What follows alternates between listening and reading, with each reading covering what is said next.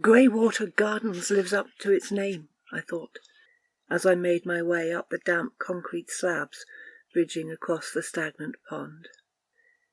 Everywhere leading up to the ashen, decrepit house was lined by rotten flowers and the congealed feces of cats, dogs, and other animals.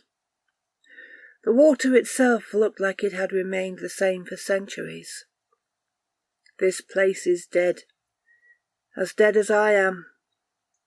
I arrived at the door, more a collection of damp splinters, and, hesitantly, pushed it open, causing the hinges to shriek. No more shrieking, please. The inside was as drab and oppressive as the outside, and my nostrils filled with the sense of mould and neglect and regret. Or maybe it's just me. I hadn't showered in days. I couldn't face the water. There was what appeared to be some kind of waiting area, 3 or 4 old wicker chairs, and one of those "Please be seated" signs you find in posh restaurants. So, looking around for the slightest bit of human company, I sat down and waited. Despite myself, my wallet found its way into my hands, and then the picture of M I kept there found its way in front of my eyes. I could never throw this away, no matter how many times I told myself to for the sake of my own sanity.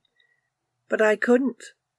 This was all I had left of her fair white skin, and pale blue eyes, and ginger hair I'd tease her about, and the freckles on her face and chest. She was beautiful. I tried to correct myself to the present tense, but I couldn't. I'd never forget the day the last of that ginger hair fell out.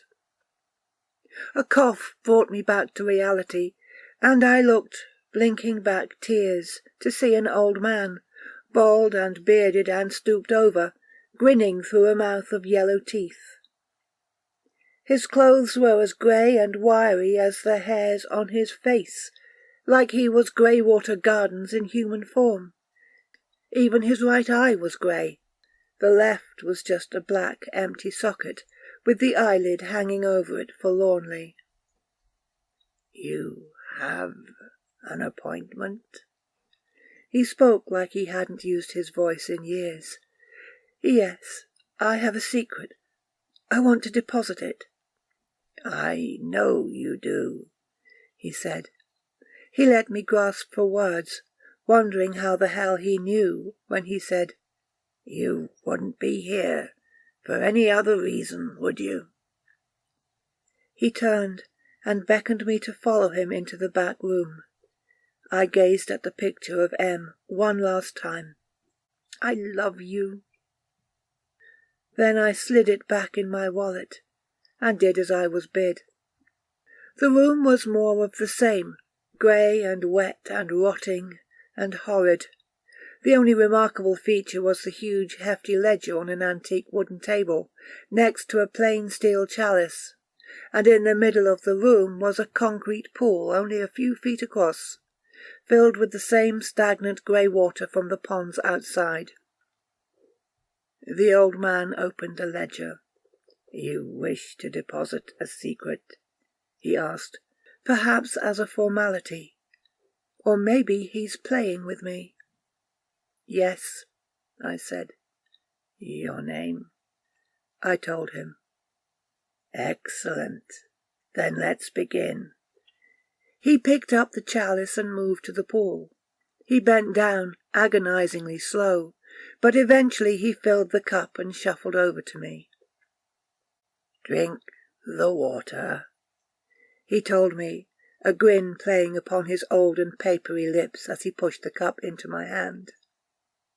"The water will enter you, and your secret will replace it in the water. No man can discern its murky depths." His smile was now so wide I thought his face might crack open. "But be warned. Once I have taken custody of your secret, you can never reveal it. No one will ever know. But there will be no confidence or confession or chance of redemption. Are you sure this is the path you wish to take? I am. I didn't even hesitate. No one can know for both our sakes. The old man shrugged and took a step back. I raised the cold steel to my face, but before I could drink, curiosity gripped me. Why do you take other people's secrets?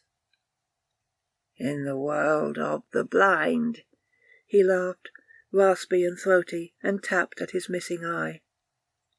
The man with one eye is king. And I knew exactly what he meant. For you, Em, I thought as I downed my morbid toast. I dropped the chalice and left without a word, knowing now that she was safe. As I walked out of Graywater Gardens, I looked down at the putrid pond and remembered. It wasn't the water that was grey at all, but her face, as I held her frail body down in the bath.